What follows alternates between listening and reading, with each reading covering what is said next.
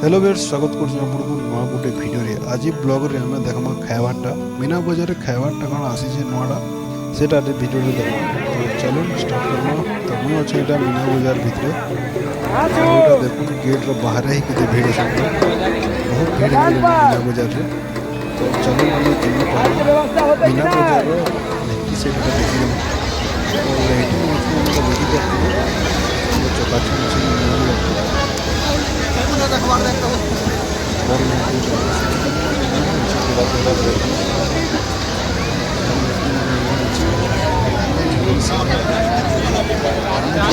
यार तो बहुत खतरनाक ओडिशा में ऐसा होता है। हाँ हमारा ओडिशा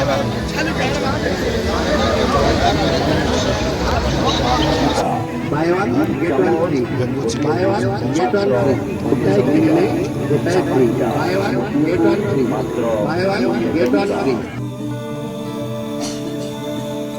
तो बाँसपुरा मानसन टिके आसला पर देखो एटा करे न पतरपुरा रखा हिचे आड़ा ये देखो पतरपुरा और हेने होचे बाँस माने।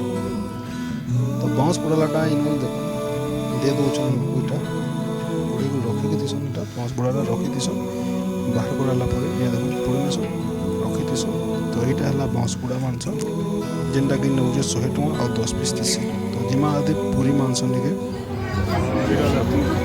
मसला में पूरी मांस 50 टका पूरी 500 दौजन में 3 पट पूरी और मांस 3 खंड मिलुचे और झोल।